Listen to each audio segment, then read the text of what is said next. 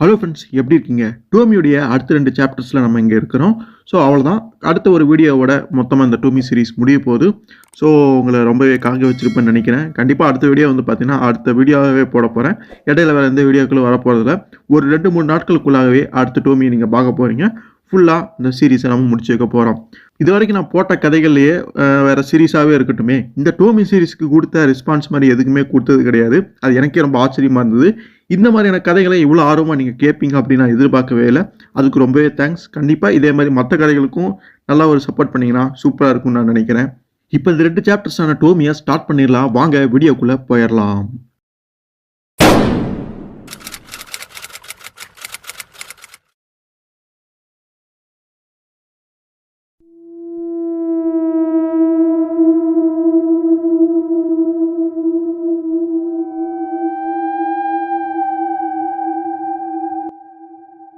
So ஒரு வீட்டில் 2 பேர் பேசிக்கிட்டு இருக்காங்க. 2 பேருமே ஃப்ரெண்ட்ஸ் அப்படிங்கிறது தெரியுது.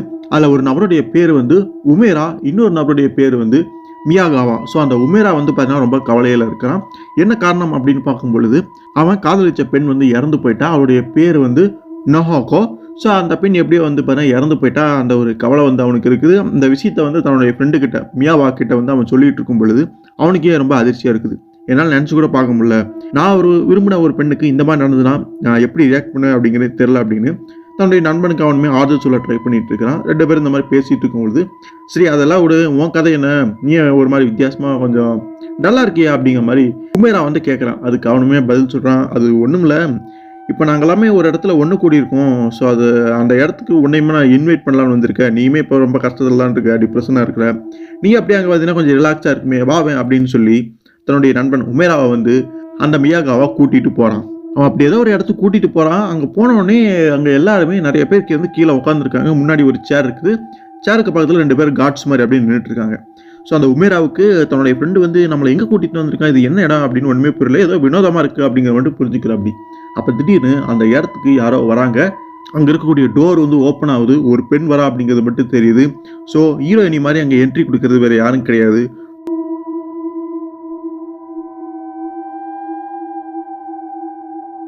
டோமி தான். ஸோ டோமி அந்த அத்தனை பேரையும் கண்ட்ரோல் எடுத்து வச்சிருக்கா அப்படிங்கிறது நமக்கு புரிஞ்சு போச்சு. அவங்க வந்தோடனே அங்கே உட்காந்துருந்த அத்தனை ஆண்களுமே அப்படியே ஒரு மாதிரி கத்துறாங்க, டோமி அப்படின்னு சொல்லிட்டு அப்படியே சத்தமாக கூப்பிடுறாங்க. இவளுமே அங்கே ஸ்டைலாக வந்து அந்த சேரில் உட்காந்து கால் மேலே கால் போட்டு உட்காடுறா. அந்த காட்ஸ் மாதிரி 2 பேர் நின்றுட்டு இருப்பாங்களே, அவங்க அப்படியே அவருடைய கைக்கு முத்தமெல்லாம் கொடுக்குறாங்க. அந்த நடக்கக்கூடிய அந்த வினோதமான காட்சிகள்லாம் பார்க்கும் பொழுது அந்த உமேராவுக்கு ஒன்றுமே புரியல. என்னடா அது, இது எந்த மாதிரியான இடம், இவன் யாரு ஒன்றுமே புரியாமல் இமயத்துக்கு இங்கே கூட்டிகிட்டு வந்திருக்காங்க மாதிரி அவன் ஒரு குழப்பத்திலையுமே இருக்கிறான். அப்போ அங்கே செஃப் ஒருத்தர் இருப்பார் போல இருக்கு. ஸோ டோமிக்கு எப்பவுமே சமைச்சு கொடுக்கக்கூடிய ஒரு நபர் போல இருக்கு. அப்போ வந்து அவருமே இந்தாங்க உங்களுக்கு தேவையான சாப்பாடு அப்படின்னு கொண்டு வந்து கொடுக்குறான். அப்போ அதை பார்த்தோன்னே டோமி வழக்கம் போல கடுப்பாகிறான். இதெல்லாம் எனக்கு வேணாம், இதெல்லாம் எனக்கு சுத்தமாக பிடிக்காது, வேற ஏதாவது ஸ்பெஷலாக கொண்டு வாங்க அப்படின்னு சொன்னோன்னே அவன் அப்படியே ஒரு கவலையோட அங்கேருந்து அப்படியே போயிடுறான். அப்போ திரும்ப அந்த உமேரா வந்து தன்னுடைய ஃப்ரெண்டுக்கிட்ட, மியாகவா இது என்ன மாதிரி என்னடா, யாருவ ஏதோ பிரின்சஸ் மாதிரி நடந்துக்கிறா அப்படிங்கிற மாதிரி கேட்கும் பொழுது அவன் பெருசாக அதுக்கு பதில் சொல்ல. அப்போ டோமி வந்து அங்கே இருக்கவங்க கிட்ட பேசுகிறான். என்ன அப்படின்னா, நான் வந்து உங்ககிட்ட எல்லாத்துக்கிட்டுமே சொல்லியிருந்தேன், நீங்கள் யாரையாவது கூட்டிகிட்டு வரணும், உங்கள் ஃப்ரெண்ட்ஸோ அல்லது யாராவது வந்து கூட்டிகிட்டு வந்தீங்கன்னா உங்களுக்கு நான் வந்து ரிவார்ட்ஸ் வந்து கொடுப்பேன் அப்படின்னு நான் சொல்லியிருந்தேன். அந்த மாதிரி யாராவது கூட்டிகிட்டு வந்தீங்களா அப்படின்னு கேட்கும் பொழுது யாருமே வந்து கூட்டு வரல போல இருக்குது. எந்த ஒரு ரெஸ்பான்ஸும் அவங்க கிட்டேருந்து வரல. அப்போ இந்த மியாகவா இருக்கான் பார்த்தீங்களா, அவன் தான் கையை தூக்கி, நான் வந்து கூட்டிகிட்டு வந்திருக்கேன் என்னுடைய ஃப்ரெண்டு, அவனுடைய பேர் உமேரா அப்படிங்கிற மாதிரி இன்ட்ரடியூஸ் பண்ணும் பொழுது டோமியுமே அதை கவனிச்சு அவனை நோக்கி அவங்க வரா. டோமி பக்கத்தில் வந்தோடனே அந்த உமேராவுக்கு ஒன்றுமே புரியல, வியர்டா வந்து ஃபீல் பண்ண ஆரம்பிக்கிறான். அவளுமே அங்கே வந்து, நீ பார்க்க நல்லா தான் இருக்க, இப்போ நீ என்ன பண்ணுற அப்படின்னா என் கூட ரூமுக்கு வா அப்படின்னு டோமி கொஞ்சம் கூட யோசிக்காம அப்படியே அப்பட்டமாக பேசும் பொழுது உமேராவுக்கு அது அதிர்ச்சியாக இருக்குது. யார் நீ என்ன பண்ணுற, இங்கேருந்து போ அப்படிங்கிற மாதிரி தட்டி விட்டு விலகிட்டு அந்த இடத்த விட்டே போயிடுறான். டோமி இதை வந்து கவனிக்கா, சரி போனால் போது பார்த்துக்கலாம் அப்படிங்கிற மாதிரி ஒரு ரியாக்ஷனுமே கொடுக்குறான். ஸோ உமேரா தன்னுடைய வீட்டுக்கு போயிடுறான். தானும் தன்னுடைய காதலியை சேர்ந்து எடுத்துக்கிட்டு அந்த ஃபோட்டோவை பார்த்துட்டு ஃபீல் பண்ணி உட்காந்துட்டு இருக்கும் பொழுது வெளியிலேருந்து யாரோ டோர் வந்து தட்டுறாங்க, யாரோ வந்திருக்காங்க அப்படிங்கிறது புரியுது. இவனுமே யார் அப்படின்னு பார்க்கும் பொழுது, நான் தான் மியாகாவா உன்னோட ஃப்ரெண்டு பேசுகிறேன், என்னை மன்னிச்சிரு இன்னைக்கு நடந்ததுக்கு, நான் வந்து உனக்கு ஆறுதல் சொல்ல தான் வந்த, எதுவும் நினச்சிக்கல அப்படின்னு சொல்லும்போது சரி வா அப்படிங்கிற மாதிரி இவனுமே டோரை வந்து ஓப்பன் பண்ணிடுறான். பட் பிரச்சனை என்னன்னா, அங்கே அந்த மியாகவா மட்டும் கிடையாது, அந்த இடத்துல எல்லாருமே ஒன்று கூட்டியிருந்தாங்களே அத்தனை பேருமே அங்கே வந்து இருக்கும் பொழுது இவனுக்கு ஒன்றுமே புரியல, எதுக்குள்ள எத்தனை பேர் இங்கே வந்திருக்காங்க அப்படிங்கிற மாதிரி பார்க்குறான். திடீர்னு உமேராவை சட்டையை பிடிச்சி அப்படியே இழுத்து கூட்டிகிட்டு போகிறாங்க. எங்கடா கூப்பிட்டு போகிறாங்க அப்படின்னு பார்க்கும் பொழுது டோமியோட இடத்துக்கு அங்கே வந்து கூட்டிகிட்டு போயிடுறாங்க. ஸோ கடத்தி கூட்டிகிட்டு போயிட்டாங்க. மனுஷனை கட்டியெல்லாம் போட்டு அங்கே கடத்தி வச்சுருக்காங்க. அந்த உமேராவுக்கு ஒன்றுமே புரியல. டோமியை பார்த்து உனக்கு என்னதான் வேணும், ஏன் இப்படியெல்லாம் பண்ணுற அப்படிங்கிற மாதிரி கேட்கும் பொழுது, உனக்கு என்னை பார்த்தா இன்ட்ரெஸ்ட்டே வரலையா, கொஞ்சம் கூட என்னை பார்த்தா ஒரு பிடிச்சிருக்க மாதிரி விரும்புகிற மாதிரி ஒரு ஃபீலிங்கே உனக்கு வரலையா அப்படிங்கிற மாதிரி பேசும் பொழுது, அப்போ அங்கே அந்த மியாகுவா வந்து குறுக்கிடுறான். டோமி, நான் தான் நீங்கள் கேட்டபடி உன்னை இங்கே தூக்கிட்டு வந்துட்டேன், எனக்கான ரிவார்டு எங்கே அப்படின்னு கேட்கும்பொழுது, ஆமால ரிவார்டு கொடுக்கணும்ல, ஒன்றும் பிரச்சனை இல்லை, இப்போ நான் சொல்கிறத செய்யுங்க அப்படின்ட்டு இவனை தூக்கிட்டு போய் என்னுடைய ரூமில் கொண்டு போய் போடுங்க அப்படின்னு. இதான் ரிவார்டா, நாங்கள் இதாக கேட்டோம் அப்படிங்கிற மாதிரி அங்கே இருக்கவங்க எல்லாமே வினோதமாக பார்க்குறாங்க. இவனோட அவன் மேலேயே ரொம்ப அக்கறையாக இருக்கா, எங்களெல்லாம் கண்டுக்க மாட்டேங்கிறானே அப்படிங்கிற மாதிரியான ஒரு வித ரியாக்ஷன் அவங்க கிட்ட பார்க்க முடியுது. ஸோ அதே மாதிரி டோமி சொன்னபடி கேட்டு அவனை கொண்டு போய் டோமியுடைய ரூமில் அப்படியே போட்டுறாங்க. அவன் கட்டி போடப்பட்ட நிலையில அப்படியே தான் இருக்கிறான். டோமி வந்து பேசுறான், மற்றவங்க எல்லாத்தையுமே வெளியே அமைச்சிட்டு இவன் மட்டும் தான் பேசுறான். பட் அது அவங்களுக்கு சுத்தமாகவே பிடிக்கல மற்றவங்களுக்கு. ஸோ அவங்க போனதுக்கப்புறம் டோமி வந்து அந்த உமேரா கிட்ட போய் அப்படியே கேட்குறான், நீ உண்மையை சொல்லி அவனு என்கிட்ட அப்படின்னு சொல்லும் பொழுது, என்ன சொல்லணும், அதாவது நீ வந்து என்னை விரும்புறியா அப்படிங்கிற மாதிரி அவன் கேட்கும் பொழுது அவளுமே கிட்டத்தட்ட கண்ணிலே அதுக்கான பதிலை வந்து சொல்லிடுறான். ஆனால் உமேராவை பொறுத்த வரைக்கும், ஆனால் எதுக்கு நான் வந்து உன்னை வந்து லவ் பண்ணணும், எதுக்கு உனக்கு ஒன்றுமே புரியல, நீ பாட்டுக்கு வந்த தூக்கிட்டு வந்த, இப்படி ஃபோர்ஸ்ஃபுல்லாக அப்படிலாம் பண்ணி நீ பண்ண வைக்க முடியுமா அப்படிங்கிற மாதிரியுமே அவனுடைய கேள்விகளுமே அங்கே இருக்குது. அதுக்கு அந்த டோமியுமே, ஓ நீ ரொம்ப ஸ்லோவாக இருக்க, சரி விடு, இன்னைக்கு ஓகே சொல்லினா நாளைக்கு சொல்ல போகிறா, பார்த்துக்கலாம் அப்படிங்கிற மாதிரி அசால்ட்டாக சொல்லும் பொழுது அந்த உமேரா இன்னுமே மேலும் சில விஷயங்களை பேசுகிறான். நீ எதை பற்றி பேசிகிட்டு இருக்க, உனக்கு என்னதான் பிரச்சனை, முதல்ல நீ யார் அப்படிங்கிறதே புரியல, அதுவும் இல்லாமல் நீ இங்கே என்ன பண்ணிட்டு இருக்க, அவங்களெல்லாம் ஏன் வந்து உன்னுடைய கண்ட்ரோலில் வச்சிருக்க, ஒன்றுமே எனக்கு புரியல, 10 வரைக்கும் நீ ஒரு டீனேஜர் தான், உன்னுடைய பேரண்ட்ஸ் என்ன பண்ணுறாங்க, எதுக்காக நீ இந்த மாதிரிலாம் பண்ணிட்டு இருக்க, இந்த விஷயம்லாம் அவங்களுக்கு தெரியுமா அப்படின்னு அவன் பாட்டுக்கு இஷ்டத்துக்கு என்னமோ உமேரா பேச ஆரம்பிக்கும் பொழுது டோமிக்கு அது சுத்தமாக பிடிக்கல. நான் கேட்ட கேள்விக்கு நீ பதில் சொல்லுன்னு பார்த்தா நீ பாட்டுக்கு தேவையில்லாதான் பேசிட்டு இருக்குங்கிற மாதிரி அவளுக்கு கோவம் வந்துடுது. உடனே வெளியில வந்து அங்க இருக்கக்கூடிய ஆட்கள் கிட்ட இவனை வந்து பிடிச்சி இது பண்ணுங்க, அடிங்க அப்படிங்கிற மாதிரி சொல்லிடுறான். இவன் என்னை ரொம்ப இன்சல்ட் பண்ணிட்டான், தேவையில்லாதெல்லாம் பேசிட்டான் அப்படின்னோடனே டோமி பத்தி பேசினாதான் அவங்களுக்குலாம் கோவம் வந்துடுது. அப்படின்னோடனே உமேராவை போட்டு எல்லாருமே சூழ்ந்துக்கிறாங்க, அவனை அப்படியே அடிக்க ஆரம்பிக்கிறாங்க. சிவனேன்னு இருந்தவனை கூட்டிட்டு வந்து இப்படி எல்லாம் பண்ணிட்டு இருக்காங்க. ஸோ அவன் அடி வாங்கிட்டு இருக்கும் பொழுது அவனுக்கு ட்ரீம் மாதிரி வருது, தன்னுடைய காதலி கூட இருந்த அந்த தருணங்கள் எல்லாமே ஞாபகத்துக்கு வருது. இவங்க 2 பேரும் அப்படியே நடந்து போயிட்டு இருக்கும் பொழுது அந்த நோவாக்காவை பார்க்கறதுக்கு வந்து சில நபர்கள் அப்படியே ஓடி வராங்க. அவங்க ஃப்ரெண்ட்ஸா இல்லை யார் என்னன்னு தெரியல, பட் நோவாக்காவை தெரிஞ்சு வச்சிருக்காங்க. அந்த நோவாக்காவை பொறுத்த வரைக்கும் ரொம்ப ஹம்பிளான ஒரு கைண்டான ஒரு பெண் மாதிரி தெரியுது. அதனால தான் இந்த உமேராவுக்கும் அவளை வந்து ரொம்பவே பிடிச்சிருக்கும். ஸோ அவள் இறந்து போனதுனால ரொம்பவே ஒரு கவலையில் வந்து இருக்கான். ஸோ அப்போதான் கரண்ட்டுக்கு வராங்க, நம்மளாம் இங்கே கட்டிப்பட நிலையில படுத்து கிடக்கிறான். ஸோ ரொம்பவே உடம்புல முழுக்க காயங்களாக இருக்குது. அத்தனை பேர் சேர்ந்து அவனை அடிச்சிருக்காங்க. டோமியுமே அங்கே தான் இருக்கிறான். ஸோ சுய உணவு அவனுக்கு திரும்பிடுது. டோமி வந்து பேசுகிறான், நான் வந்து ஒன்று நினச்சி ரொம்பவே கவலைப்பட்டேன், நீ கிட்டத்தட்ட 2 நாளாக ஒரு அன்கான்சியஸில் இருந்திருக்கிற, அப்படி இருக்கும் பொழுது ஏதோ கனவு கண்டிருப்பு போல இருக்கு, என்னமோ வளர்ன நோவாக்கா அப்படிங்கிற ஒரு பேர் சொன்னேன், சரி அவள் யாரு, ரொம்ப உனக்கு வேண்டப்பட்டவளா அப்படிங்கிற மாதிரி டோமி கேட்கும் பொழுது, ஆமாம் இந்த உலகத்திலேயே நான் விரும்பின ஒரே ஒரு பெண் அவள் மட்டும்தான், ஆனால் இப்போ அவள் இறந்து போயிட்டா அப்படிங்கிற மாதிரி சொல்கிறான். ஓ அப்படியா, ஓ ரொம்ப கவலையான விஷயம்தான், பட் அதை பற்றிலாம் கவலைப்படாதா, இப்போ தான் நான் இருக்கிறேன்ல, நீ ஏன் அதே நினச்சி ஃபீல் பண்ணிட்டு இருக்கேன்னு அவள் திரும்ப அவளை பக்கமாக அவளுடைய பாணியில் பேசிகிட்டு இருக்கிறா. அப்போ கூடுதலாக இன்னும் சில விஷயங்களை சொல்கிறான். அது மட்டும் இல்லாமல் இங்கே இருக்கக்கூடிய நபர்கள் எல்லாமே என்னை வந்து எப்போ வந்து தாக்கலாம், என்னை அடையலாம் அப்படின்னு ரொம்ப மோசமாக நடந்துக்க ஆரம்பிக்கிறாங்க, இவங்ககிட்ட இருந்து தப்பிக்கிறதே பெரும்பாலாக இருக்கும் போல இருக்குது, நீ தான் அதுக்கு ஹெல்ப் பண்ணணும், என்னுடைய நிலமை என்னுடைய கவலை வந்து உனக்கு புரியலையா அப்படி மாதிரி கேட்கும் பொழுது உமேராவுமே சொல்கிறான், என்ன நீ பாட்டுக்கு வளர்ற, இந்த இடத்தையே நீ தான் ஆண்டுட்டு இருக்கிற, நீ தான் அவங்க ஒரு ராணி மாதிரி, ஸோ நீ தான் அவங்க எல்லாமே கண்ட்ரோலில் வச்சிருக்கிற, அவங்க எதுக்காக உன்னை எப்படி பண்ணணும், இப்போ கடைசியில் வந்து அவங்க உனக்கு எதிராக மாறும் பொழுது உனக்கு இப்போ தான் இந்த விஷயமெல்லாம் புரியுதா, இல்லை என்னை மயக்கறதுக்கு இந்த மாதிரிலாம் நீ பேசிகிட்டு இருக்கியா அப்படின்னு கொஞ்சம் கூட நம்ம உமேரா வந்து அவருடைய கண்ட்ரோலுக்கு அவருடைய வலிக்கே போக மாட்டேங்கிறான். இது வந்து டோமிக்கு ஒரு அதிர்ச்சியாக தான் இருக்குது. சரி நீ இப்போதைக்கு வலிக்கு வரமாட்டேயாட்டிருக்கு அப்படின்னு அப்படியே அவள் பாட்டுக்கு வெளியில் போயிடுறான். எனக்கு இப்போ ஏதாவது பண்ணி ஆகணும், ஜாலியாக இருக்கணும், ஏதாவது எனக்காக செஞ்சு காட்டுங்க அப்படின்னு அங்கே இருக்கக்கூடிய நபர்கள்கிட்ட டோமி கேட்கும் பொழுது அங்கே 2 பேர் திடீர்னு எந்திரிச்சு கட்டி பிடிச்சிக்கிறாங்க. டோமி உன்னை எனக்கு பிடிக்கும், டோமி ஐ லவ் யூ அப்படின்னு சொல்லிட்டு 2 பேர் வியாடாக வந்து அங்கே பிஹேவ் பண்ணுறாங்க. கீழே இருக்கவங்களும் சிரிக்கிறாங்க, அவங்களும் அதே மாதிரி தான் சொல்லிட்டு இருக்கிறாங்க. இதை பார்த்து டோமிக்கு சிரிப்பெல்லாம் வரல, ரொம்ப கடுப்பாக போது நிறுத்துங்க, இந்த முட்டாள்தனமான விஷயங்கள்லாம் நிறுத்துங்க, வேறு ஏதாவது பண்ணுங்கள், ரொம்ப இன்ட்ரெஸ்டிங்காக உண்மையிலுமே சந்தோஷப்படுத்தினா மட்டும் தான் உங்களுக்கு நான் வந்து ரிவார்ட்ஸ் கொடுப்பேன் அப்படின்னு சொல்லும் பொழுது என்ன பண்ணுறது அப்படின்னு அவங்களுமே யோசிக்கிறாங்க.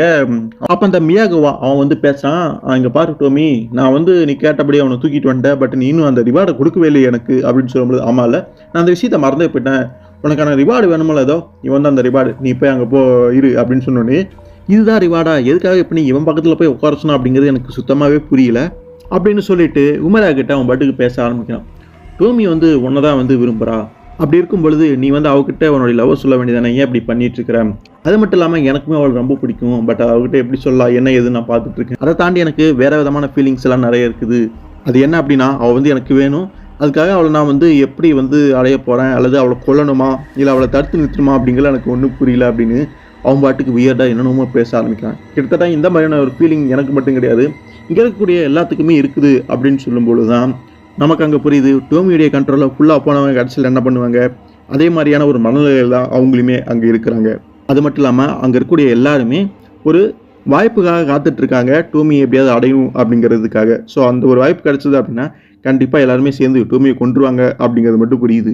ஸோ இதெல்லாம் சொல்லிட்டு அந்த மியாகோவா என்ன பண்ணுறா அப்படின்னா, சட்டைக்குள்ளேருந்து ஒரு கத்தி வந்து எடுக்கலாம், பதுக்கி வச்சுருந்துருவா போல இருக்கு, அதை எடுக்கலாம். அதை எடுத்து என்ன பண்ண போகிறான் அப்படிங்கிறது சுத்தமாக புரியல. அப்போ திடீர்னு அந்த உமேராவுக்கு திரும்ப அந்த ஒரு நினைவுகள் அப்படியே வர ஆரம்பிக்குது. தன்னுடைய காதலி கூட இருந்த அந்த ஒரு தருணம் வரும் பொழுது அந்த நோவாக்காவை பார்க்கறதுக்காக அவருடைய ஃப்ரெண்ட்ஸோ யாரோ வந்திருப்பாங்க, அவங்க எல்லாமே சூழ்ந்து நின்றுட்டு இருப்பாங்க. ஸோ அவங்கள வந்து இந்த உமேரா பார்க்குறான். பட் இப்போ அவங்க எல்லாமே டோமியுடைய கண்ட்ரோலில் எடுக்கப்பட்ட அந்த நபர்கள் எப்படி இருப்பாங்க, அவங்க மூஞ்சியெல்லாம் பார்க்க எப்படி இருக்கும். ஸோ அந்த மாதிரி வந்து பார்த்தீங்கன்னா அவங்க முகமெல்லாம் இருக்குது. இவனுக்கு ஒன்றுமே புரியல, நம்மளுடைய ட்ரீம்ல இருந்தால் இப்படி ஒரு காட்சி வருது அப்படின்னு அவன் அதிர்ச்சியில் இருக்கும் பொழுது திடீர்னு ஒரு அலறல் சத்தம் கேட்குது. இவன் அப்போ தான் அதிர்ச்சியாக பார்க்குறேன், என்னடா நடக்குது அப்படின்னு பார்க்கும் பொழுது டோமியை எல்லா நபர்களுமே இப்போ சூழ்ந்துக்கிட்டாங்க, அவளை வந்து கொல்ல போகிறாங்க அப்படிங்கிறது புரியுது. ஸோ ஒரு சரியான சந்தர்ப்பத்துக்காக அவங்க காத்துட்டு இருந்தாங்க அப்படின்னு இந்த மியாகாவா சொல்லியிருப்பான். ஸோ அந்த சந்தர்ப்பம் வந்துருச்சு போல இருக்கு அப்படிங்கிறது அப்போ தான் புரியுது. எல்லாருமே சூழ்ந்துக்கிட்டு டோமியை வந்து அங்கே தாக்க வராங்க. இவளுமே எவ்வளவோ சொல்லி பார்க்குறா, பின்னாடி போங்க, இங்கேருந்து போங்கன்னு சொல்கிறா. பட்டு யாருமே கேட்குற மாதிரி தெரியல. பட் எப்படியோ அந்த ரூமை விட்டு உள்ளே வந்துடுறா, தன்னுடைய ரூமுக்கு வந்துடுறா. அங்கே தான் அந்த உமேராவுமே இருப்பான். அவளுமே அங்கே வந்து கதறா, இங்கே பாரு உமேரா, அங்கே அந்த சொன்னேன்ல பாரு, அவங்க எல்லாருமே நீ தாக்க வந்துட்டு இருக்காங்க, ஏதாவது பண்ணு, நீ தான் நான் காப்பாற்றணும் அப்படின்னு சொல்லும் பொழுது அவனுமே கொஞ்சம் யோசிக்கிறான். சரி முதல்ல என்னுடைய கை கட்டுக்கலாமே அழுத்து விடு அப்படின்னு. அப்போ அங்கே இருக்கக்கூடிய ஒரு கத்திரிக்கோலை எடுத்து பின்னாடி கட்டிருந்த அந்த கயிறை வந்து வெட்டி விட்டுறான். அதுக்கப்புறம் உமேரா கேட்குறான், சரி இப்போ நம்ம எங்கே போகிறது, என்ன பண்ணுறது அப்படின்னு பார்க்கும்பொழுது அங்கே ஒரு வெராண்டா இருக்குது, நம்ம அங்கே போயிடலாம் அப்படின்னு சொல்லும்பொழுது ஃபாஸ்ட்டாக அங்கேருந்து ஓட ஆரம்பிக்கிறாங்க. பட் அதுக்குள்ளே அந்த மியாகோவா இருப்பான்ல, அவங்க வந்துடுறான், கத்தி வச்சுட்டு டோமியை கொல்லணும் அப்படின்னு வேகமாக வரான். பட் அதுக்குள்ளே உமேரா வந்து அவனை தடுத்து நிறுத்தி அப்படியே கீழே வந்து அடிச்சு போடுறான். ஸோ இதை அவனுடைய வாய்ப்பு, நீ இங்கேருந்து ஓடு அப்படின்னு டோமி கிட்ட சொல்லும் பொழுது அவளுமே அங்கேருந்து வேகமாக போகிறான். பட் என்னன்னா பின்னாடி அத்தனை பேருமே வந்துடுறாங்க டோமியை வந்து பிடிக்கணும் அப்படின்னு. ஸோ டோமியை கிட்டத்தட்ட பிடிச்சிட்டாங்க, எல்லாருமே அவன் மேலே தொப்புன்னு அப்படியே விழுகுறாங்க, ஒரு மலை மாதிரி அப்படியே கூஞ்சு போயிடுறாங்க. ஸோ அத்தனை பேர் டோமி மேலே பாஞ்சதுனால அவள் வந்து அடியில் அங்கே மாட்டிக்கிட்டா. இப்போ என்ன பண்ண ஆரம்பிக்கிறாங்க அப்படின்னு பார்த்தீங்கன்னா, அவளை கொல்லணும் அப்படின்னு சொல்லிட்டு கையில் எல்லாமே கத்தி எல்லாமே வச்சுருப்பாங்க, அதை வந்து இவங்களே குத்திக்கிறாங்க. டோமியை குத்துறாங்களோ இல்லையோ இவங்களையே வந்து பார்த்தீங்கன்னா இவங்க குத்திக்கிறாங்க, காலில் வந்து குத்திக்கிறாங்க, கையில் குத்திக்கிறாங்க, மற்றவங்களுடைய உடம்புல வந்து குத்திடுறாங்க. அவங்களுக்குள்ளேயே ஒரு குழப்பம் வந்து அங்கே நடந்துட்டு இருக்குது. என்னுடைய காலை ஏன் நீ குத்துன, என்னுடைய கையை ஏன் நீ குத்துன அப்படின்னு அவங்களுக்குள்ளேயே அவங்க பேசிக்கிறாங்க, கேள்வி கேட்டுக்கிறாங்க. அப்போ அங்கே வந்து உமேரா அந்த பைத்தியக்காரத்தை பார்த்து அதிர்ச்சி அடைகிறான், காய்ஸ் போது நிறுத்துங்க அப்படிங்கிற மாதிரி அவனுமே சொல்கிறா. பட் அவங்க யாருமே கேட்குற மாதிரியே தெரியல. ஸோ டோமியுடைய கண்ட்ரோலில் தான் அந்த அத்தனை வேலைகளுமே அவங்க பார்த்துட்டு இருக்காங்க அப்படிங்கிறது புரியுது.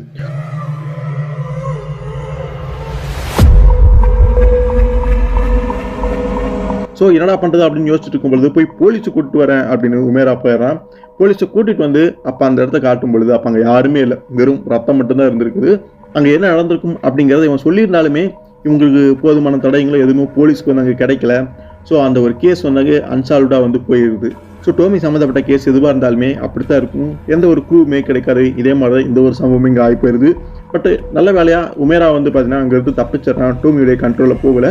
அவன் எப்படியே தப்பிச்சிடறான் அப்படிங்கிறது இந்த கதையை பொறுத்த வரைக்கும், இந்த சாப்டரை பொறுத்த வரைக்கும் ஒரு நல்ல விஷயம். அப்போ திரும்ப அந்த உமேராவுடைய அந்த நினைவுகளை வந்து காட்டுறாங்க. அங்கே வந்து தன்னுடைய நாக்காவை வந்து உமேரா திரும்பி பார்க்குறான். பட் அங்கே அந்த நாக்காவில் டோமி தான் இருக்கிறான். அதை பார்த்தோன்னே அவனுக்கு கொஞ்சம் அதிர்ச்சியாக இருக்குது. கூடவே அங்கே சில பசங்க எல்லாமே ஓடி வந்திருப்பாங்க நாக்காவை பார்க்குறக்காக. பட் அங்கே அந்த பசங்க கிடையாது, அந்த இடத்துல கூடியிருந்தாங்களே அத்தனை ஆண்கள். ஸோ அவங்க தான் அங்கே அப்படியே டோமியுடைய கண்ட்ரோலில் ஆட்கொள்ளப்பட்டு அவளை நோக்கி வர்ற மாதிரியான ஒரு காட்சியை வந்து பார்க்க முடியுது. ஸோ எது எப்படியோ இந்த மாதிரி வந்து என்னுடைய காதலியோடைய விஷயங்கள் இருந்தது கிடையாது, அவள் டோமி மாதிரி கிடையாது அப்படிங்கிறத புரிஞ்சுக்கலாம். என்னுடைய கனவுமே இந்த மாதிரி கிடையாது அப்படிங்கிறத வந்து அன்றைக்கி நாளில் நான் புரிஞ்சுக்கிட்டேன் அப்படிங்கிற மாதிரி அந்த உமேரா அங்கே நினைக்கிறேன்.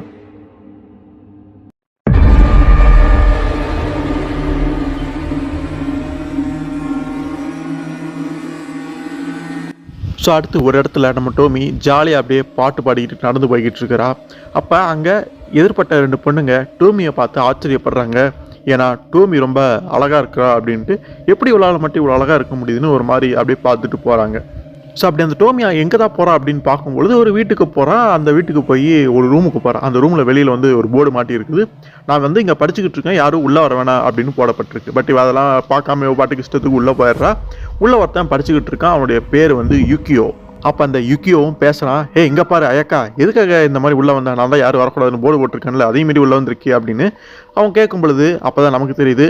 ஸோ அந்த ஊரில் அந்த டோமிக்கு பேர் அயக்கா அப்படிங்கிறது. அதுக்கு அந்த டோமியான அயக்காவுமே பேசுகிறா, நீ ரொம்ப படிச்சுட்டு இருக்க, ரொம்ப ஹார்ட் ஒர்க் பண்ணுற, கொஞ்சம் ரிலாக்ஸ் ஆகு, ஏன் இவ்வளோ ஸ்ட்ரெஸ் பண்ணிக்கிற அப்படிங்கிற மாதிரி அவ்வளோ சில விஷயங்கள் சொல்லிக்கிட்டு இருக்கா. கரெக்டாக அந்த சமயத்தில் அந்த யுக்கியோட அம்மாவுமே அங்கே வந்துடுறாங்க. அயக்கா என்ன பண்ணிட்டு இருக்கான், அவன் படிச்சுட்டு இருக்கான், நாளைக்கு வேறு எக்ஸாம் இருக்குது, நீ பாட்டுக்கு உனக்கு தொந்தரவு பண்ணாத, ப்ளீஸ் போயிட்டு அப்புறவா அப்படிங்கிற மாதிரி எவ்வளோ சொல்லி முயற்சி பண்ணி பார்க்குறாங்க. பட் அந்த அயக்கா வந்து கேட்கவே இல்லை. இப்போ நீங்கள் என்னுடைய கண்ணை பாருங்கள், கவனிங்க அப்படின்னு சொல்லும் பொழுது டோமி அந்த அம்மாவை கண்ட்ரோலில் அந்த இடத்துல எடுக்கிறா அப்படிங்கிறது புரியுது. அதுக்கப்புறம் அயக்காவுடைய அம்மாவுமே வந்துடுறாங்க. அவங்க வந்து சாரி, இந்த மாதிரி என் பொண்ணு வந்து உங்கள் பையனை டிஸ்டர்ப் பண்ணதுக்கு மன்னிச்சிருங்க, இனிமேல் இந்த மாதிரி வராமல் நான் பார்த்துக்கிறேன் அப்படின்னு அயக்கா வந்து அவங்க கூட்டிகிட்டு போயிடுறாங்க. பட் இவ ஆல்ரெடி அந்த யுக்கியோட அம்மாவை கண்ட்ரோல் எடுத்துட்டு அதனால் இஷ்டத்துக்கு எப்போ வேணாலும் வந்துட்டு போவா அப்படிங்கிறதுல எந்த ஒரு மாற்றமும் இல்லை. ஸோ அதுக்கப்புறம் அன்றைக்கி நைட்டு அயக்காவுடைய வீட்டில் அயக்காவுடைய அம்மா இருப்பாங்களே, அவங்க வந்து தன்னுடைய கணவர்கிட்ட பேசிகிட்டு இருக்காங்க. அவர் வந்து குடிச்சிக்கிட்டு இருக்காரு. எப்பவுமே ரெகுலராக குடிக்கக்கூடிய ஒரு மனுஷன் தான் போல இருக்குது, ஒரு குடிக்காரர் தான் அப்படிங்கிறது புரியுது. ஸோ அயக்காவுடைய அம்மா ரொம்ப கவலையாக சொல்லிகிட்டு இருக்காங்க, இந்த மாதிரி அயக்கா வந்து ஒழுங்காக ரெகுலராக ஸ்கூலுக்கே போக மாட்டேங்கிறா, ஸ்கிப் பண்ணிடுறா, அவள் முன்ன மாதிரிலாம் சரியில்லை அப்படிங்கிற மாதிரி கொஞ்சம் தான் பொண்ணை நினச்சி கவலைப்பட்டு சொல்லிட்டு இருக்கும் பொழுது அது எதுவுமே கண்டுக்காமல் அவர் பாட்டு குடிச்சிக்கிட்டே இருக்காரு. இப்போ என்ன அதுக்கு அப்படிங்கிற மாதிரி அவருமே சத்தம் போட்டு கேட்குறாரு. அதுக்கு அந்த அயக்காவுடைய அம்மாவுமே டென்ஷன் ஆகிறாங்க. என்ன நினச்சிட்ருக்கீங்க, டெய்லி எப்போ பார்த்தாலும் குடிச்சிக்கிட்டு இப்படியே இருக்கீங்க, இதெல்லாம் நல்லதுக்கே கிடையாது, நான் என் பொண்ணை பற்றி சொல்லிக்கிட்டு இருக்கேன், நீங்கள் என்னடானா எதையுமே கண்டுக்காமல் இப்படி அசால்ட்டாக இருக்கீங்களே, குடிச்சிட்ருக்கீங்களே அப்படின்னு அவங்களுமே கடுமையாக திட்டுறாங்க. அதுக்கப்புறம் டோமியான அயக்காவை காட்டுறாங்க. அப்படியே ஜாலியாக உட்காந்துட்டு தன்னுடைய கை விரல்களுக்கு நெயில் பாலிஷ் அப்படியே போட்டுட்ருக்கா. அப்போ அங்கே இன்னொரு பொண்ணுமே இருக்கிறா. அப்போ தான் தெரியுது அந்த அயக்காவுக்கு ஒரு சிஸ்டருமே இருக்கிறாங்க அப்படின்னு. ஸோ அந்த அம்மாவுக்கு 2 பொண்ணுங்க இருக்காங்க அப்படிங்கிறது புரியுது. ஸோ அந்த பொண்ணுடைய பேர் வந்து பார்த்தீங்கன்னா யாசுகா. ஸோ அவள் வந்து பேசுகிறா, அயக்கா, நீ என்ன திரும்ப வந்து யுக்கியோட வீட்டுக்கு போனியாம கேள்விப்பட்டேன், இதெல்லாம் நல்லதுக்கே கிடையாது அப்படிங்கிற மாதிரி கொஞ்சம் கோபமாக பேசுகிறா. ஸோ அதுக்கு டோமி அயக்கா அவளுமே பேசுகிறா, இப்போ அதனால உனக்கு என்ன பிரச்சனை, இங்கே வரு, புறமப்படுறேன்னு மட்டும் என்கிட்ட சொல்லிடாத, அது மட்டும் உண்மையாக இருந்ததுன்னா எனக்கு உன்னை பற்றின எல்லா ரகசியங்களுமே தெரியும், உனக்கு அவன் மேலே ஒரு கண்ணு, உனக்கு அவனை பிடிச்சிருக்கு, அதனால தானே என்கிட்ட இந்த மாதிரி கோபமாக வந்து பேசுகிற, எனக்கு எல்லாமே தெரியும் அப்படிங்கிற மாதிரி கொஞ்சம் திமிர்த்தனமாக பேசும்பொழுது இந்த யாஸ்கோவுக்கு ஒன்றுமே பேச முடியல. ஒரு மாதிரி அதிர்ச்சி அடைஞ்சிடறேன், என்னடா இப்படியெல்லாம் பேசிகிட்டு இருக்காளே அப்படின்னு. அப்போ உடனே அந்த யாஸ்கோ வந்து தன்னுடைய அம்மா கிட்ட போய் அப்படியே கதறி அழுகுறான்.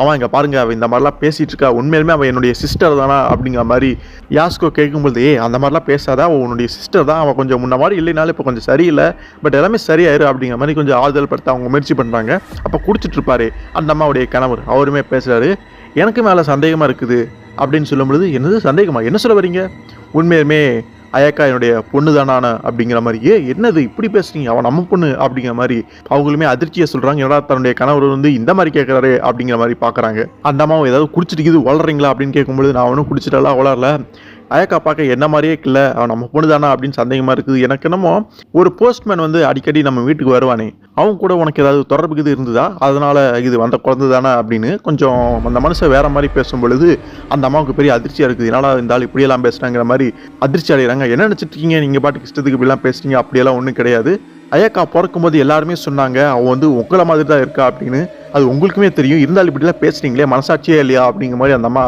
கோவமாக கேட்குறாங்க.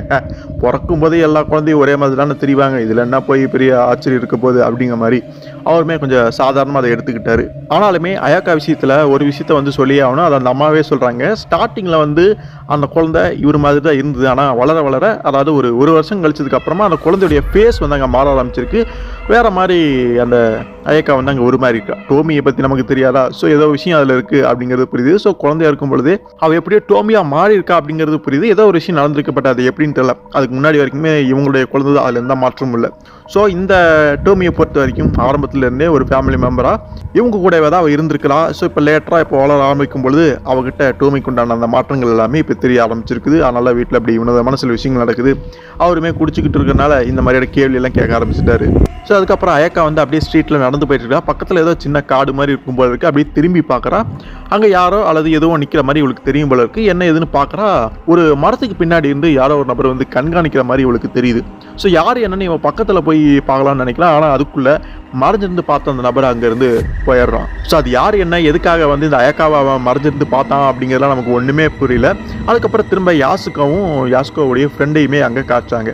அவங்க ஸ்கூல் முடிஞ்சு அப்போ அப்படியே வெளியில் போவாங்க போல இருக்கு, பேசிக்கிட்டே போகிறாங்க. ஸோ யாஸ்கோவுடைய ஃப்ரெண்டு வந்து அயக்காவை பற்றி அங்கே பேசுகிறான். நீ என்னமோ உன்னுடைய சிஸ்டர் அயக்காவை சரியாக கவனிக்கிறதே இல்லையாமல் தனியாக விட்டுருவ போல இருக்கு, அந்த மாதிரி பண்ணிட்டு இருக்க, பார்த்துக்க வேண்டியதானே அப்படின்னு கேட்கும் பொழுது, இதை பாரு, அயக்காவை பற்றியில் என்கிட்ட எதுவுமே பேசாத, எனக்கு அவளை நினச்சாலே கோபம் வருது, அவளை எனக்கு சுத்தமாகவே பிடிக்கல, அதை பற்றி நான் பேச வரல. சரி, எது எப்படி எடுத்துகிட்டு போரு, நான் ஒரு இன்ட்ரெஸ்டிங்கான ஒரு விஷயத்தை கேள்விப்பட்டேன், அதை நம்ம போய் பார்த்தோம்னா தான் அது உண்மையா இல்லையான்னு தெரியும், நீ வரியா போகலாம் அப்படின்னு சொல்லிட்டு யாஸ்கோவுடைய ஃப்ரெண்டு வந்து கூட்டிகிட்டு போகிறான். அப்படி எங்கே போகிறாங்க அப்படின்னு பார்க்கும்பொழுது ஒரு பெரிய ஒரு வீடு இருக்குது, வெளியில் ஒரு பெரிய கேட் இருக்குது. இவங்க கேட்டு இருந்து அப்படியே பார்க்குறாங்க.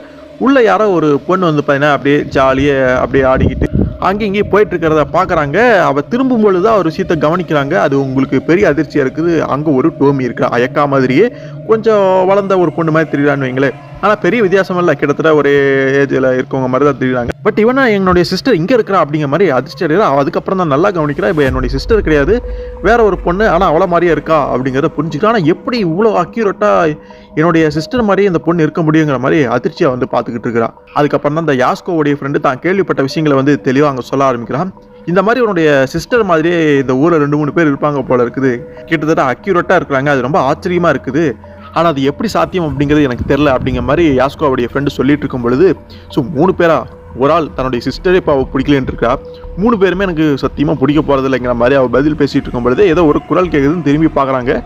நீங்கள் ஏதோ என்ன பற்றி தான் பேசிகிட்டு இருந்தீங்களா அப்படிங்கிற மாதிரி கேட்குறா. ஏன்னா அங்கே வந்தது அந்த உண்மையான டோமி, அந்த அயக்கா வந்து அங்கே வந்துடுறான். நீங்கள் ஏதோ என்னை பற்றி பேசிகிட்டு இருந்த மாதிரி தெரிஞ்சுது, நான் வந்து உங்களை ஃபாலோ பண்ணிட்டு தான் இங்கே வந்த, உண்மையை சொல்லுங்கள், என்னை பற்றி என்ன பேசுனீங்க அப்படின்னு கேட்கும் பொழுது அவங்க அங்கே பதில் சொல்ல அவங்களுக்கே ஆச்சரியமாக இருக்குது, இவனோட நம்மளை ஃபாலோ பண்ணிட்டீங்க வந்துட்டாலே அப்படிங்கிற மாதிரி.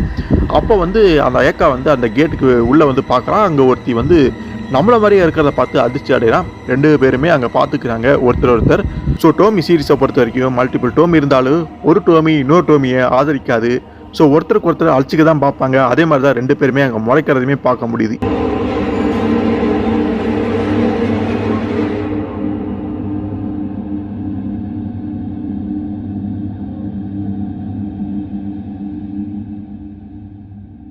ஸோ இதெல்லாமே பார்த்துட்டு அதிர்ச்சி அடைஞ்ச யாஸ்கா வந்து நேராக தான் அம்மா கிட்ட போய் இந்த மாதிரிலாம் நடந்தது, இந்த மாதிரி பார்த்தா அப்படின்னு சொல்லிட்டு அப்படியே அதிர்ச்சியாக கேட்கும் பொழுது அவங்க அம்மாவுமே கேட்குறாங்க, என்ன சொல்கிற, எந்த வீட்டை போய் பார்த்த, அப்படி யார் அயக்கா மாதிரியே இருந்தா அப்படின்னு சொல்லும்போது அந்த யாஸ்காவுமே பதில் வந்து பேசுகிறான்.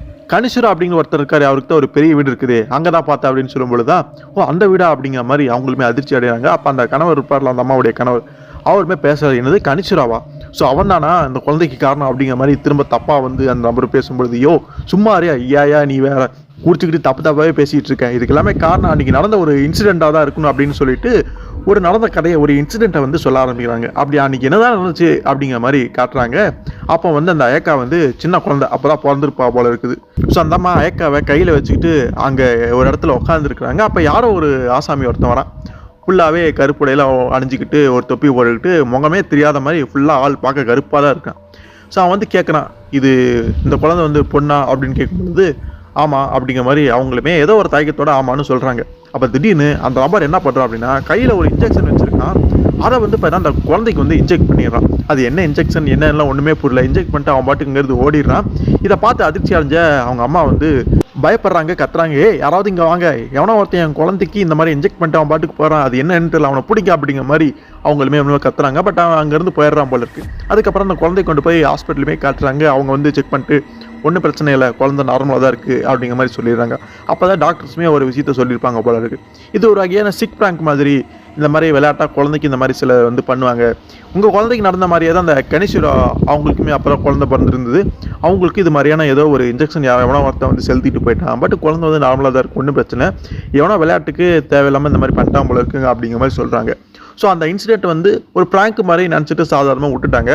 பட் இப்போ வந்து கனிஷுரா வீட்டில் நம்ம அயக்கா மாதிரியே அங்கே ஒரு பொண்ணு இருக்கிறத பார்த்தோன்னே அந்த அம்மாவுக்கு இந்த ஒரு இன்சிடென்ட் ஞாபகம் வந்து அந்த விஷயத்தை சொல்கிறாங்க. ஸோ அந்த இன்ஜெக்ஷனில் தான் ஏதோ விஷயம் இருக்கும் போல இருக்குது. அதனால தான் நம்ம குழந்தையுமே இந்த மாதிரி ஒரு மாற்றம் அடைஞ்சிருக்கா.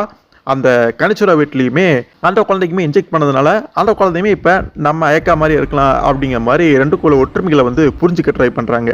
ஸோ இதான் விஷயம் நடந்திருக்கு அப்படிங்கிற அவங்களுமே புரியுது. யாரோ ஒரு மர்ம நபர் தான் அவங்களுக்கு பிறந்த குழந்தைகளை ஒரு மாதிரி டோமியாக மாற்றிருக்குன்னா, அவனோட இன்ஜெக்ஷனில் இருந்தது எந்த ஒரு மருந்தெல்லாம் கிடையாது, ஏதோ ஒரு பிளட் மாதிரி சிவப்பாக இருந்திருக்கும் போல இருக்குது. அது டோமியுடைய பிளட்டாக இருக்கிறதுக்கான வாய்ப்புகள் நிறைய இருக்குது.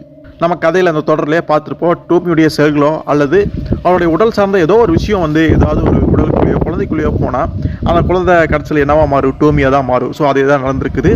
குழந்தை பிறக்கும் பொழுது அது இவங்க குழந்தையாக தான் இருந்திருக்குது. பட் அந்த ஒரு பிளட்டை வந்து இவன் செலுத்துனதுனால அது வளரும் பொழுது டோமியாக இப்போ மாறி நிற்கிறாங்க. ஸோ குடிச்சிக்கிட்டு இருந்தால் அந்த கணவருக்குமே அந்த விஷயத்தை கேட்டோன்னே ஒரு வேளை நீ சொல்கிறது உண்மையாக கூட இருக்கலாம் அப்படிங்கிற மாதிரி அவங்க அங்கே நினைக்கவே ஆரம்பிக்கிறாரு.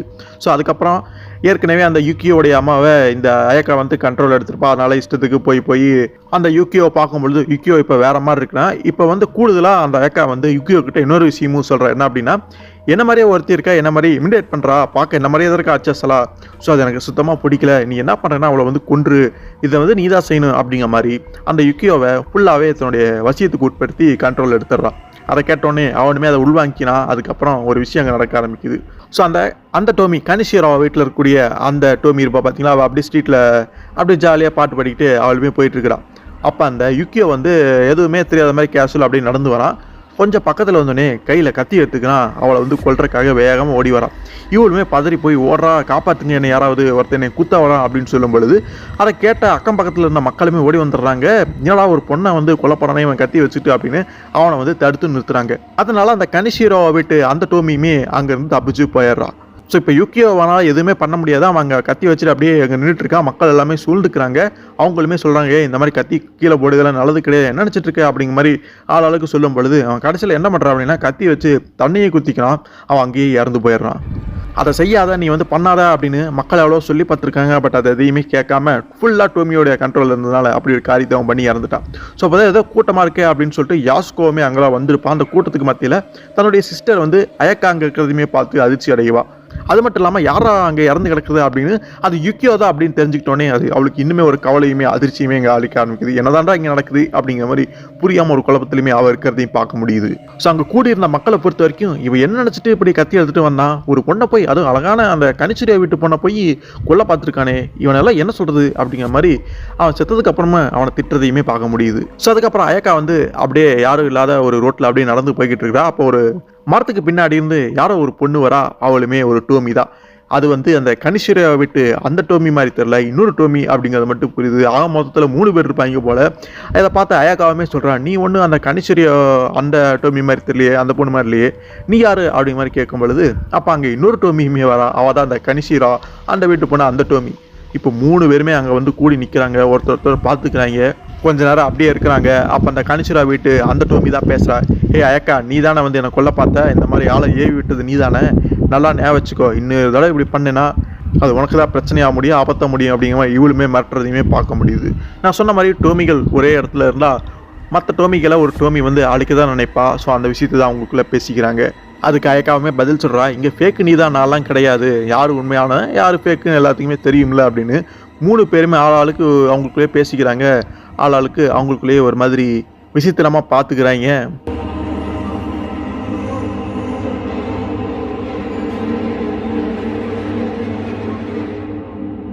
அவங்க 3 பேர் அப்படியே நின்று இருக்கும்போது காற்று வேற பயங்கரமாக வீசுது. அங்கே இருக்கக்கூடிய மரத்துக்கு பின்னாடி இருந்து அந்த மர்ம நபர், ஸோ அந்த குழந்தைக்கு இன்ஜெக்ட் பண்ணி இருந்திருப்பாங்க, அதே மர்ம நபர் தான் அங்கே காட்டுறாங்க. அவன் ரகசியமாக இது எல்லாமே பார்த்துட்டு இருக்கான். அவன் யார் என்ன அப்படிங்கிறது ஒன்றுமே புரியல. பட் இதுக்கு பின்னணியில் அவன் ஒரு முக்கிய காரணமாக இருக்கான் அப்படிங்கிறது மட்டும் புரியுது. ஸோ அதுக்கப்புறம் திடீர்னு ஊருக்குள்ளே காட்டுறாங்க, எவனோ ஒருத்தன் கத்தி எடுத்துட்டு யாரையோ வேகமாக கொல்ல போயிட்டு இருக்கான். மக்கள் பார்த்து அதிர்ச்சி அடைகிறாங்க, யாரு இன்னொரு கொலையாளி போல இருக்கு, யாரையாவது கொல்லைக்கு இது போறானா அப்படின்னு அவனை பிடிங்க அப்படிங்கிற மாதிரி மக்கள் கத்துறதையுமே பார்க்க முடியுது. இப்போ ஊருக்குள்ள ஆளாளுக்கு கத்தி எடுத்துக்கிட்டு நான் தான் ரவுடி அப்படிங்கிற மாதிரி சுற்றிட்டு இருப்பாங்க போல இருக்கு. இதுக்கெல்லாம் காரணம் அந்த 3 டோமிக்கல் தான் அப்படிங்கிறது புரியுது. ஸோ அந்த 3 டோமிக்கலுமே ஒருத்தரை அழிச்சிக்க தான் நினைப்பாங்க. அதனால மற்ற ஆட்களை கண்ட்ரோல் எடுத்துருப்பாங்க போல இருக்கு. அதனால தான் இப்படி ஆளாளுக்கு கத்தி எடுத்துட்டு அங்கே ஊருக்குள்ள திரிவாங்க போல இருக்கு. அப்படி அவன் கத்தி எடுத்துட்டு போனவன் அங்கேருந்து ஒரு நபரை வந்து கத்தியால் குத்தி கொன்றுவான் போல இருக்குது.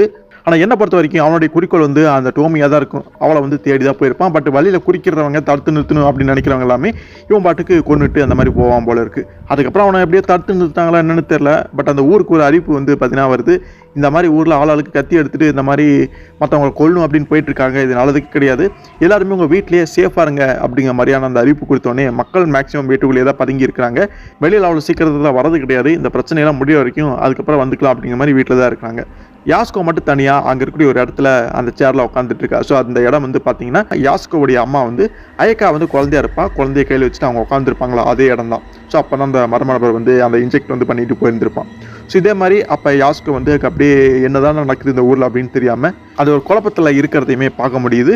ஆனால் ஒரு விஷயத்தில் அவளுக்கு அங்கே கிளியர் ஆயிடுது. ஸோ நம்ம ஏக்கா மாதிரி இன்னும் 2 பேர் இருக்காங்க. இவங்க 3 பேருமே மற்ற ஆட்களை கண்ட்ரோலில் எடுத்து இந்த மாதிரி ஊரில் இந்த மாதிரி விஷயங்கள் பண்ணிகிட்டு இருக்காங்களோ, அதனால தான் யுக்கியோவும் இறந்து போயிட்டான் அப்படிங்கிற மாதிரி ஒரு சில விஷயங்களை வந்து யாஸ்கோ அங்கே புரிஞ்சிக்க ஆரம்பிச்சிட்டா. அப்போ தான் கரெக்டாக அந்த இடத்துக்கு இன்னொரு நபருமே அங்கே வரான். ஸோ அதே மர்ம நபர் தான், அந்த பிளாக் கலரில் காஸ்டியூம்லாம் போட்டு முகம் கூட தெரியாத அளவுக்கு அங்கே வந்து நிற்கிறான். வந்தோடனே அவன் சொல்கிறான், என்ன டீமன்ஸை கண்டு நீ பயப்படுறியா அப்படிங்கிற மாதிரி சொல்லும் பொழுது அவளுக்கு ஒன்றுமே புரியல, யாரும் இவன் பாட்டுக்கு வந்து பேசிகிட்டு இருக்கானே அப்படிங்கிற மாதிரி குழப்பமாக பார்க்குறா.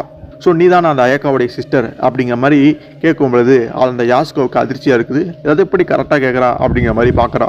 மேலும் அந்த மர்ம நபர் பேச ஆரம்பிக்கிறான். ஸோ அயக்கா மாதிரியே இருக்கக்கூடிய இன்னும் 2 பேர்த்தையுமே, இந்த மொத்தம் 3 பேர்த்தையுமே உருவாக்குனதே நான் தான், இது எல்லாமே என்னுடைய பிளான் தான் அப்படின்னு சொல்லும் பொழுது யாஸ்கோவுக்கு பெரிய அதிர்ச்சியாக இருக்குது. நான் தான் வந்து உன்னுடைய சிஸ்டருக்கு அந்த இன்ஜெக்டுமே பண்ணேன், அதுக்கப்புறம் தான் இந்த மாதிரி மாறினா அப்படிங்கிற அந்த எல்லா உண்மையுமே யாஸ்கோ கிட்ட அவன் சொல்லிட்டு இருக்கான். ஸோ அந்த 3 டோமிக்களை பொறுத்த வரைக்கும் இவன் பண்ண வேலையினால தான் இப்போ 3 பேருமே அங்கே ஒன்றா வந்து பதினேறு இருக்கிறாங்க. ஒருத்தர் அழிச்சிக்கணும், தாக்கணும் அப்படின்னு நினைக்கிறாங்க. ஸோ அதோட விளைவாக வந்து இப்போ ஊருக்குள்ள ஆளாளுக்கு தடி எடுத்தவங்களாம் தண்டால்கார மாதிரி கத்தி எடுத்துகிட்டு சுற்றிக்கிட்டு இருக்கிறாங்க. பட் இதனால் அவங்க வந்து டோமியை வந்து கொல்ல ஆரம்பித்தாங்கன்னா அவள் வந்து ஸ்ப்ளிட் ஆகி பரவ ஆரம்பிப்பா. இந்த ஒரு விஷயம் வந்து அவனுக்கு தெரிஞ்சிருக்கு, அதான் ஒரே பிரச்சனை அப்படிங்கிற மாதிரியும் சொல்கிறான். ஸோ அதனால் நான் வந்து உங்ககிட்ட ஒரு விஷயத்தை கேட்க போகிறேன், அதை நீங்கள் வந்து எனக்காக செய்யணும் அப்படிங்கிற மாதிரி அந்த மர்ம நபர் வந்து அந்த யாஸ்கா கிட்ட கேட்கும் பொழுது அவளுக்கு ஒன்றும் புரியல. அவன் மேலுமே தொடர்ந்து பேசுகிறான். ஸோ நீ வந்து அயக்கா அவனுடைய சிஸ்டரை வந்து பாதுகாக்கணும். இப்போ அவள் வந்து சின்ன பொண்ணாக தான் இருக்கா, பட் அவள் வந்து இன்னும் வயசாகணும். என்ன மாதிரி என் வயசுக்கு வந்ததுக்கப்புறமா அவளை வந்து நான் வந்து என் கைகளாலேயே கொள்ளுவேன். அதுக்காக தான் நான் அவளை பார்த்துக்க சொல்கிறேன். ஏன்னா அதுதான் எனக்கு வேணும். அவள் எனக்கு பண்ணதுக்கு நான் அவளை வந்து பழி வாங்கணும், என்னுடைய கையாலேயே அவளை வந்து கொல்லணும். அப்போ தான் வந்து என்னோட வெறி அடங்கும், என்னுடைய ஆசை தீரும் அப்படிங்கிற மாதிரி அவன் வந்து ஒரு பழி வாங்குற வெறியில் அங்கே பேசுறதையுமே பார்க்க முடியுது. இப்போ யார் அப்படி உனக்கு அந்த டோமி என்ன பண்ணா அப்படிங்கிற அந்த கதை எல்லாமே நமக்கு அங்கே தெரியல. ஆனால் அவன் அந்த விஷயத்தில் உறுதியாக இருக்கான் அப்படிங்கிறது மட்டும் புரியுது. யாஸ்கா கிட்ட அவன் வந்து ரொம்ப விடாப்பியாக கேட்குறான், இங்கே பாரு எனக்காக நீ செய்வ புரியுதா, ப்ளீஸ் எனக்காக பண்ணு அப்படிங்கிற மாதிரி, எனக்கு உதவி பண்ணு அப்படிங்கிற மாதிரி அவன் ரொம்ப ஆக்ரோஷமாக அவன் கேட்குறதுமே பார்க்க முடியுது. ஆனால் யாஸ்கா கிட்டேருந்து எந்த ஒரு பதில் வர மாதிரியே தெரில. நமக்கு அடுத்து காட்டுறாங்க. ஸோ ஆளாளுக்கு கத்தி எடுத்துக்கிட்டு மற்ற டோமிக்களை கொல்றதுக்காக இங்கே போய்கிட்டு இருக்காங்க அப்படிங்கிறது புரியுது. இதோட இந்த சாப்டர் வந்து இங்கே முடியுது. ஸோ இதுக்கப்புறம் என்ன நடந்தது, இந்த சாப்டருடைய தொடர்ச்சியாக ஒரு சாப்டர் இருக்குது, அதையும் நம்ம பார்க்க போகிறோம். அதுக்கப்புறம் இந்த மர்ம நபர் யார் அப்படிங்கிறது நமக்கு தெரில. அவனுக்கு ஒரு ஃப்ளாஷ்பேக் ஒன்று இருக்குது. அந்த ஒரு சாப்டருமே நம்ம வந்து அடுத்த வீடியோவில் பார்க்க போகிறோம். ஸோ ஆக மொத்தம் கடைசி 2 சாப்டர்களை அடுத்த வீடியோவோட இந்த ஒட்டுமொத்த டோமி சீரீஸுமே நம்ம முடிச்சு வைக்க போகிறோம். ஸோ ஒரு லாங் ஜேர்னி, ஒரு பெரிய ஒரு எக்ஸ்பீரியன்ஸ் அப்படின்னு சொல்லலாம். மற்ற சீரீஸ்களை விட இந்த சீரீஸுக்கு நீங்கள் கொடுத்த ரெஸ்பான்ஸ் அப்படிங்கிறது ரொம்ப அதிகம்னு சொல்லலாம். நானே எதிர்பார்க்கல இந்த அளவுக்கு இந்த கதையை வந்து நீங்கள் லைக் பண்ணுவீங்க அப்படின்னு. இடையில நான் நிறுத்தியுமே போட சொல்லியுமே கேட்டு லாஸ்ட் அந்த 2 வீடியோக்குள்ளேயே ஒரு மாதிரி நல்லாவே பர்ஃபார்மன்ஸ் பண்ணியிருக்குது. போன வீடியோ கொஞ்சம் சுமார் இருந்தாலுமே அதுக்கு முன்னாடி போட்ட வீடியோ 2000க்கு மேலே வியூஸ் பண்ணதெல்லாம் உண்மையுமே ஆச்சரியமான விஷயம் தான். ஸோ அடுத்த வீடியோ டோமி வீடியோ லாஸ்ட் வீடியோ தான், அதில் எந்த மாற்றமும் இல்லை. இப்போ இந்த வீடியோ உங்களுக்கு பிடிச்சிருந்து அப்படின்னா லைக் பண்ணுங்கள், ஷேர் பண்ணுங்கள், எல்லாத்துக்குமே தெரியப்படுத்துங்க. குறிப்பாக சப்ஸ்கிரைபே பண்ணிக்கோங்க. அடுத்து ஒரு சுவாரஸ்யமான ஒரு வீடியோலையோ ஒரு கதையிலையோ உங்களை சந்திக்கிற வரைக்கும் நன்றி நண்பர்களே.